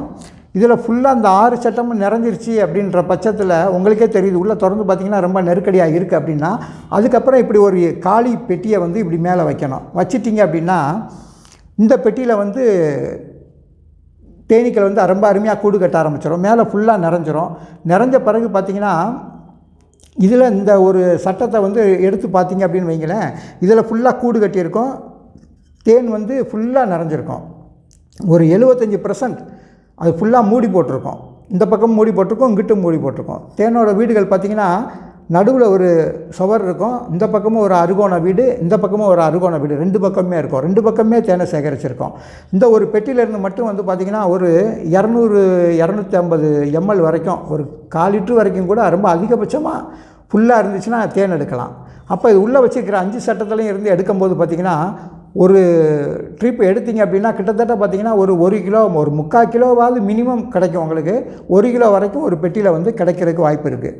ஆனால் இந்த சூழ்நிலைகளை நீங்கள் ஏற்படுத்தணும். என்ன அப்படின்னா இந்த பெட்டிகளை கொண்டு போய் எங்கே வைக்கணும் அப்படின்னா மரத்தின் நிழலில் தான் வைக்கணும், வெயிலில் வைக்கக்கூடாது. ஏன்னா இந்த மாதிரி பெட்டிகளை வந்து அதாவது புதர், அப்புறம் ரொம்ப அடிக்கடி புகை போடுற இடமா இருந்துச்சு, ஒரு விடாமல் ஏதாவது புகை போடுற இடம், வேட்டு சத்தம் கேட்குற இடம், அந்த மாதிரி இடங்களில் இதை போய் நீங்கள் வைக்கக்கூடாது. மரத்தடியில் நிழல் விழுந்துக்கிட்டே இருக்கணும், அந்த இடத்துல தான் வைக்கணும். மழை தண்ணியால் ரொம்ப பாதிக்கப்படக்கூடாது, அந்த மாதிரி இடத்துல வைக்கணும். 2வது ஆடு மாடு விலங்குகள் ஏதாவது கத்திக்கிட்டே இருக்குன்னா அந்த மாதிரி இடத்துல வைக்கக்கூடாது. இது தேனீக்கள் பறந்து போகிறதுக்கு வந்து எந்த இடைஞ்சலும் இல்லாமல் அந்த வாசல் வந்து அந்த பக்கமாக திருப்பி வச்சுருக்கணும். எந்த பக்கம் திரும்பினாலும் அது வந்து நல்லா ஃப்ரீயாக போயிட்டு வர மாதிரி இருக்கணும்.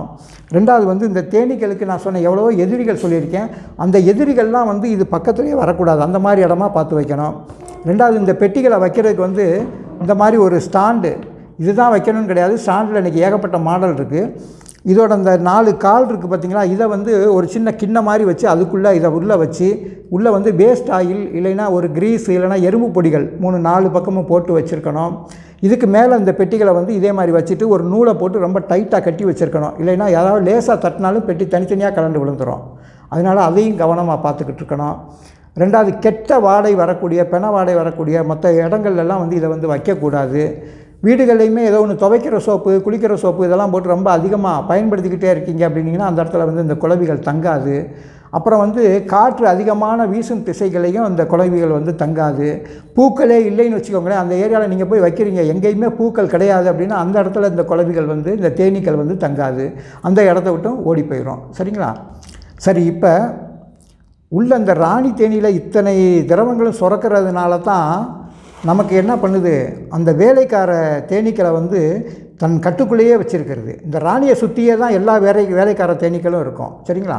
நான் ஏற்கனவே சொன்ன மாதிரி இந்த ராணி தேனி வந்து ஒரு 18லேருந்து ஒரு 21 நாள் ஆகும்போது அது பருவத்துக்கு வந்துடும். ராணி தேனி வந்து அந்த பருவத்துக்கு வந்த பிறகு வெளியே பறக்கும்போது எல்லாம் சேர்ந்து கூட்டமாக வந்து வெளியே போய் பறப்பாங்க.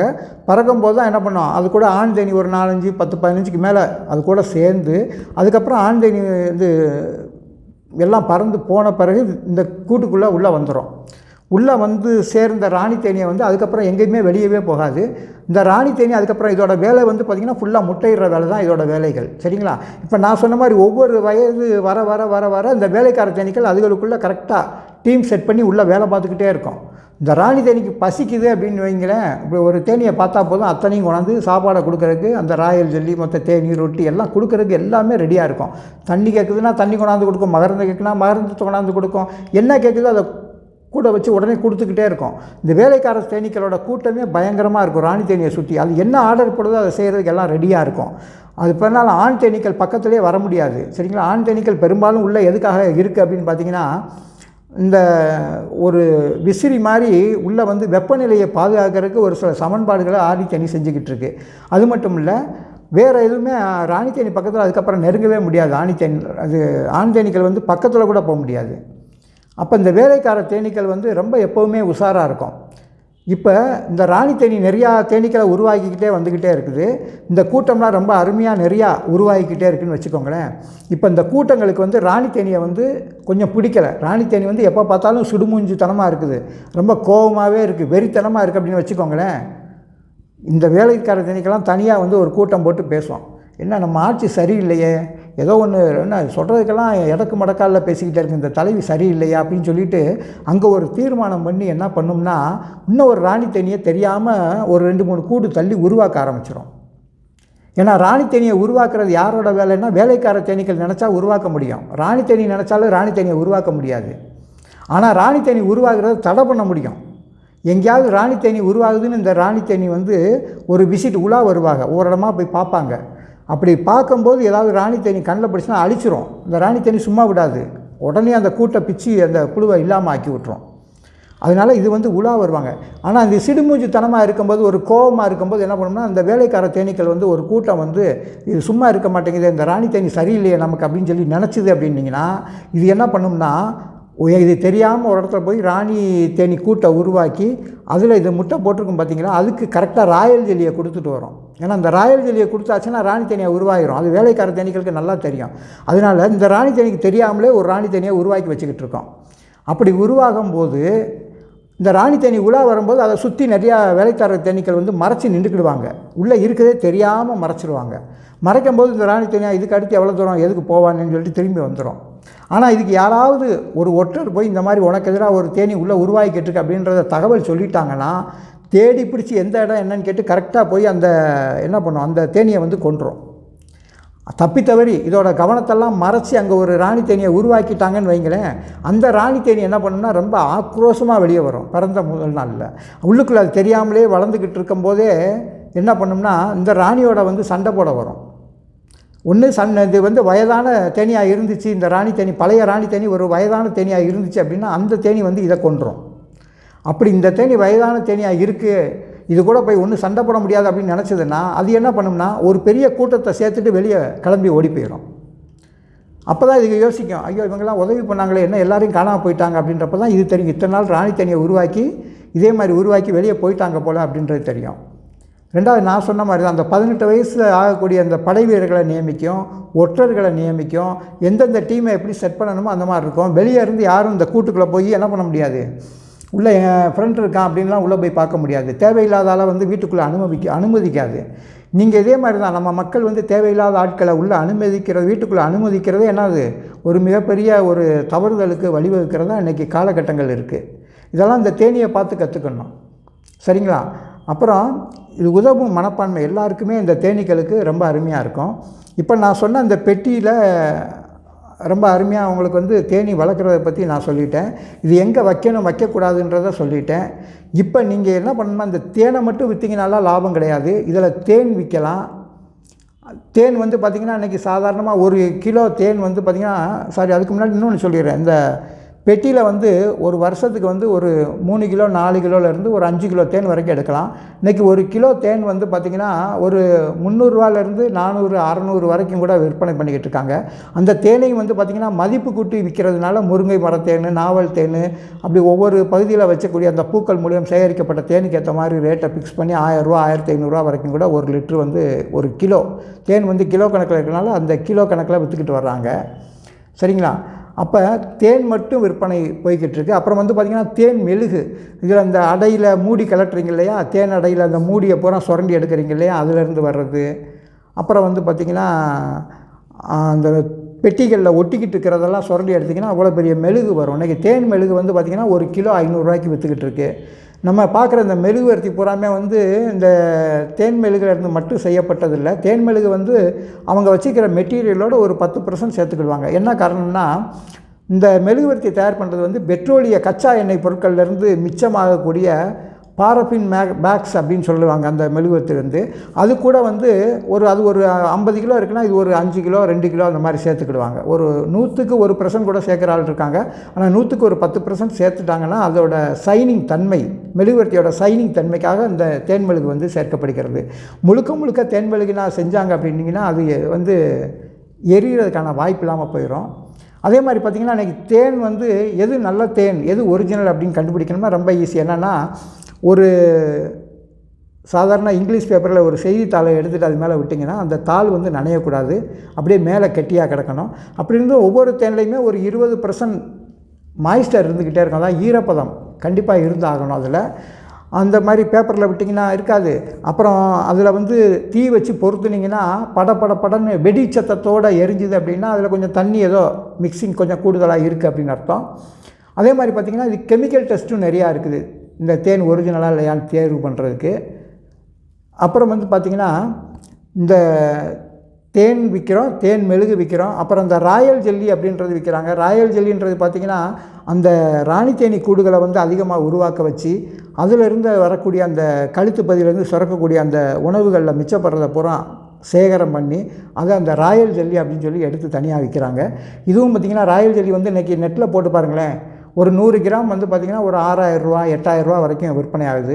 அதே மாதிரி இந்த தேனி கொட்டுற விஷம் இருக்குது இல்லைங்களா, இந்த விஷமும் வந்து பார்த்திங்கன்னா இன்றைக்கி நிறைய இடங்கள் அதுவும் வந்து விலைக்கு வாங்குகிறாங்க. கிட்டத்தட்ட பார்த்திங்கன்னா ஒரு 60 லட்சம் 70 லட்சம் 80 லட்சம் அந்த மாதிரி கூட போய்கிட்டு இருக்குது விஷங்கள்லாம். ஆனால் இதெல்லாம் எடுக்கிறதுக்கான தொழில்நுட்பங்கள் வந்து மிக கூர்மையானது. நம்மளை பொறுத்தளவு இந்த தேன் வளர்த்து தேன்லேருந்து வரக்கூடிய வருமானத்தை பார்த்தாலே போதும். ரெண்டாவது பார்த்திங்கன்னா இந்த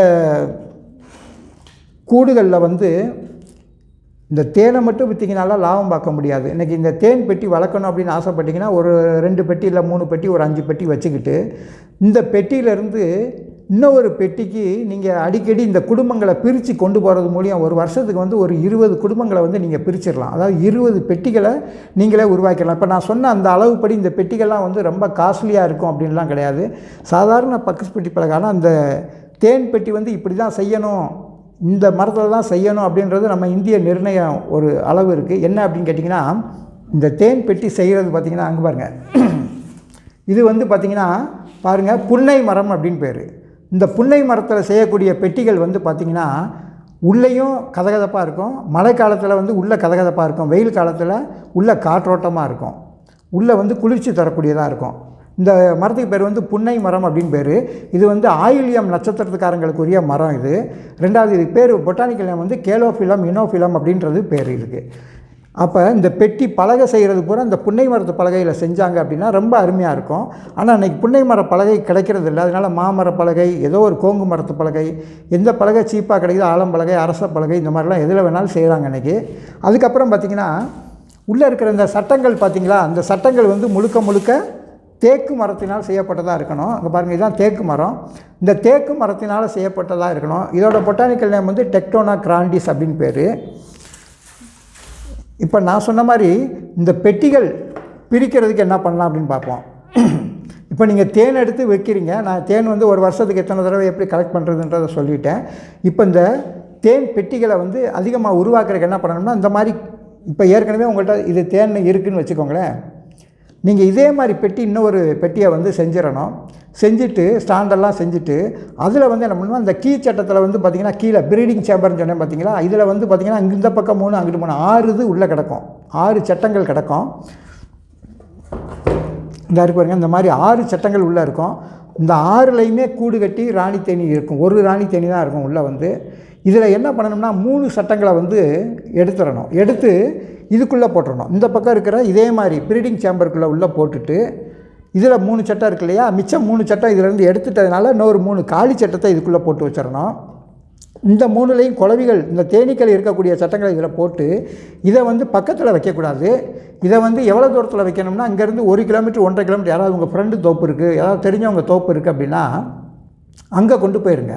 அங்கே கொண்டு போய் அருமையாக அதுக்குள்ளே வச்சுருந்தீங்க அப்படின்னா, அங்கிட்டு ஒரு மாதம் 15 நாள் 1 மாதம் வச்சுருந்தீங்க அப்படின்னா, இதில் வந்து அழகாக ராணி தேனியை உற்பத்தி பண்ணிடுறோம். இந்த வேலைக்கார தேனீக்கெல்லாம் சேர்ந்து ஒரு ராணி தேனியை அருமையாக உற்பத்தி பண்ணிடுறோம்.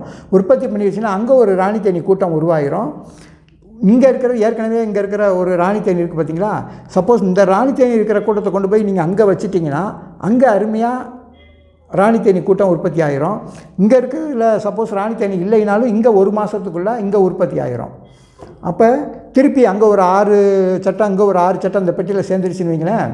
திருப்பி ஒரு காலி பெட்டியை உருவாக்கி அதில் இதே மாதிரி நான் சொன்ன மாதிரி 3 சட்டத்தை அங்கே போட்டிங்கன்னா, மேலும் மேலும் கூட்டத்தை பெருக்கிக்கிட்டே போனீங்கன்னா, நீங்கள் ஒரு 20 பெட்டி 30 பெட்டி வச்சிங்கன்னா, இன்றைக்கி ஒரு பெட்டி வந்து கிட்டத்தட்ட பார்த்திங்கன்னா ஒரு 2500 3000 வரைக்கும் இந்த பெட்டிகள் விற்கிது. ஸ்டாண்டு விற்கிது. ஸ்டாண்டும் விற்பனைக்கு இருக்குது. ரெண்டாவது இந்த தேனீக்களை வந்து தேன் எடுக்கிறதுக்கு முன்னாடி அதுக்கு புகை போடுவாங்க இல்லையா, ஸ்மோக்கர் அப்படின்ற ஒரு கருவி இருக்குது பாருங்கள்.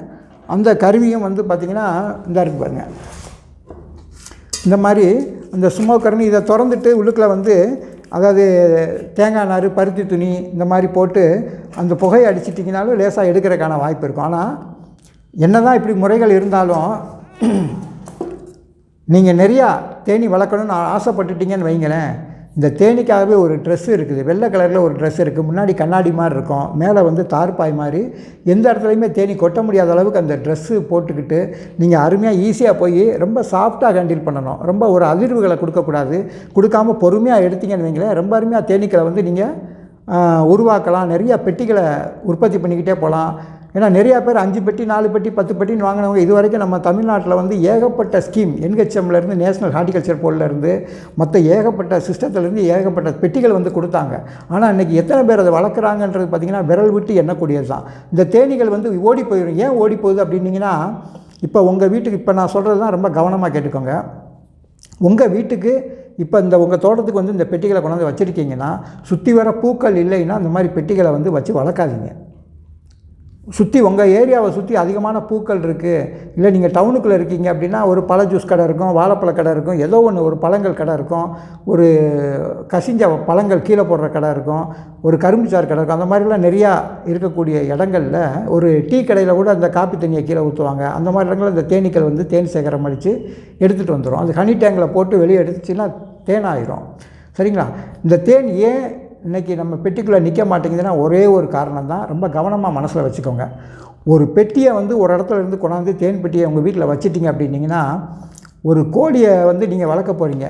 அந்த கோழியை வந்து கொண்டாந்து உங்கள் வீட்டில் கட்டிட்டிங்கன்னா என்ன பண்ணுவீங்க? நீங்கள் 1 வாரம் கட்டி போட்டிருப்பீங்க. தீனியெல்லாம் நீங்களே எடுத்து கொடுப்பீங்க. அது கிட்டத்தட்ட 1 மாதம் பழகிற வரைக்கும் இதே மாதிரி பண்ணுவீங்க. அதுக்கப்புறம் நீங்கள் அவுத்து விட்டுட்டிங்கன்னா அந்த கோழி எங்கேயும் போகாது, அதே இடத்துக்கு தேடி வந்துடும். இதே மாதிரி வந்து இந்த பெட்டியை கொண்டாந்து வச்ச பொண்ணு நீங்கள் இதோட கடமை முடிஞ்சு போச்சு அப்படின்னு சொல்லி இருக்கக்கூடாது. நீங்கள் என்ன பண்ணணும்னா, இந்த தேனீக்கு செயற்கை முறையில் தேன் கொடுக்கணும். எப்படி கொடுக்கணும் அப்படின்னிங்கன்னா, ஒரு 1 கிலோ நாட்டு சக்கரை எடுத்துக்கலாம். நிறையா பெட்டி வச்சுருந்தீங்கன்னா, இல்லைன்னா ஒரு 100 கிராம் நாட்டு சக்கரை எடுத்துக்கலாம். அது கூட வந்து ஒரு 100 கிராம் தண்ணி, 100 மில்லி தண்ணி, இல்லைன்னா 1 கிலோ நாட்டு சக்கரை 1 லிட்டர் தண்ணி நல்லா கலந்து கொதிக்க வச்சிங்க அப்படின்னா அப்படியே சர்க்கரை பாகு மாதிரி வரும். அது கூட வந்து கம்மியாக தயார் பண்ணிங்கன்னா ஒரு 10 கிராம் குளுக்கோஸ் போடலாம். இல்லைன்னா ஒரு 50 கிராம் குளுக்கோஸ் போட்டு இது கூட கலந்து நல்லா கொதிக்க வச்சு ஆற வச்சுட்டிங்கன்னா, ஒரு கொட்டாங்குச்சி இல்லைன்னா ஏதோ ஒரு இதில் ஒரு கப்பு மாதிரி உள்ளே போட்டு அதில் கொஞ்சம் கொஞ்சம் ஊற்றி ஒரு 3 கம்பு குச்சை ஊண்டிட்டு, இதுக்கு மேலே அந்த ப்ரீடிங் சேம்பருக்கு மேலே நம்ம ஒரு சேம்பர் வச்சுருந்தோம்ல, இதுக்கு மேலே ஹனி சேம்பர்னு சொல்லி, அந்த ஹனி சேம்பரில் இந்த இருக்குது பாருங்க. இப்போ இந்த பெட்டிக்கு மேலே ஹனி சேம்பர் வச்சுருந்தீங்க இல்லையா, இதில் ஒரு 4-5 சட்டத்தை எடுத்துருங்க. ஏன்னா கீழேயே கூடு கட்டாமல் இருக்கும்போது மேலே எப்படி கூடு கட்டும், அதில் போட்டு இந்த தேனி பெட்டியை உள்ளே வச்சிட்டிங்க அப்படின்னிங்கன்னா, அந்த தேனி வந்து சாப்பிட்டு பழகி அந்த இடத்துல இருந்துக்கணும். ரெண்டாவது வெளியே வரும்போது அது கொஞ்சம் தூரத்தில் வரும்போது தண்ணி வைங்க கீழே. அது குடிக்கிறதுக்கான தண்ணி வந்து ஒரு இடத்துல இருக்கட்டும். முடிஞ்சுன்னா தேன் பாக கூட கீழே எறும்புகள் மொய்க்காமல் ஒரு இடத்துல மேலே கூட என்ன பண்ணுங்கள், கொஞ்சம் ஒரு சர்ட்டையில் இந்த மாதிரி செயற்கை தேன் மாதிரி வச்சு எல்லாம் செஞ்சு நீங்கள் வச்சுருந்தீங்கன்னா, இதை சாப்பிட்டு பழகிடுச்சின்னு வைங்களேன், இந்த பெட்டியை விட்டு இந்த தேனீக்கள் வந்து குறைஞ்சபட்சம் ஒரு 2 வருஷத்துக்கு போகாது. இது இந்த கோழி வளர்க்குற மாதிரி தான், ஒன்றும் பெரிய விஷயம்லாம் கிடையாது. நீங்கள் அழகாக என்ன பண்ணலாம், இதை வந்து பழக்கப்படுத்திடலாம். பழக்கப்படுத்திட்டிங்கன்னா நீங்கள் உங்கள் கூட அருமையாக கொஞ்சம் பழக்கம் ஆயிடுச்சு அப்படின்னா அந்த தேனி வந்து உங்களை கொட்டுறதுக்கு முற்படாது. இருந்தாலும் தேனியோட குணம் வந்து என்னது, கொட்டுற குணம். நீங்கள் நான் சொன்ன மாதிரி சும்மா போட்டு புகையை ஊண்டணும், ஏதோ ஒன்று பக்கத்தில் போய் நின்று அப்படின்னீங்கன்னா ஒரு 20-30 தேனீ குளவி கொட்டிருச்சு அப்படின்னா உங்களுக்கு மயக்க நிலைக்கு கோமா ஸ்டேஜுக்கு போயிடுவீங்க. அதனால் என்ன பண்ணணும் அப்படின்னா, அதுக்கான உடைகள் பிரத்யேகமான ஒரு கண்ணாடி போட்ட உடம், ஃபுல்லாக வந்து தார்பாய் போட்ட உடம், கைக்கு வந்து ஒரு க்ளவுஸு அந்த மாதிரிலாம் போட்டுட்டிங்க அப்படின்னிங்கன்னா ரொம்ப அருமையாக என்ன பண்ணலாம், இந்த தேனீக்களை வந்து நீங்கள் ஹேண்டில் பண்ணலாம். சரிங்களா? நான் பேசுகிறது கேட்குதான்னு தெரியல, ஒரு கிணத்துக்குள்ளேருந்து பேசுகிற மாதிரி கேட்கும்னு நினைக்கிறேன். இப்போ வந்து பார்த்திங்கன்னா ஒரு இந்த தேன் பெட்டியில் வந்து நம்ம என்ன பண்ண போகிறோம், ஏற்கனவே வளர்த்துருக்கிற தேனியை வந்து இப்போ உங்களுக்கு காமிக்க போகிறேன். பட் இந்த லைட் வெளிச்சத்துக்கு பார்த்திங்கன்னா எல்லாம் பறக்கிறதுக்கான வாய்ப்புகளும் இருக்கும். தேனீக்களுக்கு வந்து அதிகமான அந்த லைட் வெளிச்சம் இருக்கக்கூடிய இடத்துல வந்து நீங்கள் பெரும்பாலும் என்ன பண்ணக்கூடாதுன்னா வைக்கக்கூடாது. கொஞ்சம் இருட்டு அடைஞ்ச இடத்துல, ரொம்ப புதர் மாதிரியான இடத்துலையும் இந்த பெட்டிகளை வந்து வைக்கக்கூடாது. சரி, இப்போ நீங்கள் கொண்டு வந்திருக்கிற ஒரு சட்டத்தை மட்டும் எடுத்து உங்கள்கிட்ட காமிச்சிடுறேன். சரிங்களா?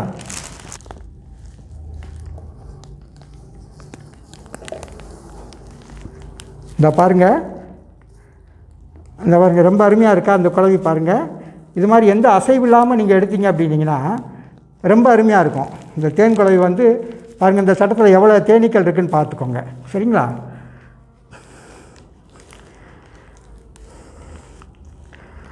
இது மாதிரி பார்த்திங்கன்னா 3 சட்டத்துலையுமே இந்த தேனீக்கள் வந்து கூடு கட்டியிருக்குது. இது வந்து பார்த்திங்கன்னா கொஞ்சம் உள்ளே வந்து ராணி தேனியும் இருக்குது. இது பகலில் பார்த்தா எடுத்துடலாம். இப்போ இந்த லைட் வெளிச்சத்துக்கு நான் ரொம்ப தொட்டேன்னா உள்ளே கலைஞ்சு போயிடும். சரி நண்பர்களே, மே 20ஆம் தேதி இந்த தேனீக்கள் தினம் கொண்டாடப்படுகிறது. எனவே அனைவரும் இந்த தேனீக்களை வளர்த்து பயன்பெறுமாறு உங்களை கேட்டுக்கொண்டு விடைபெறுகிறேன். நன்றி.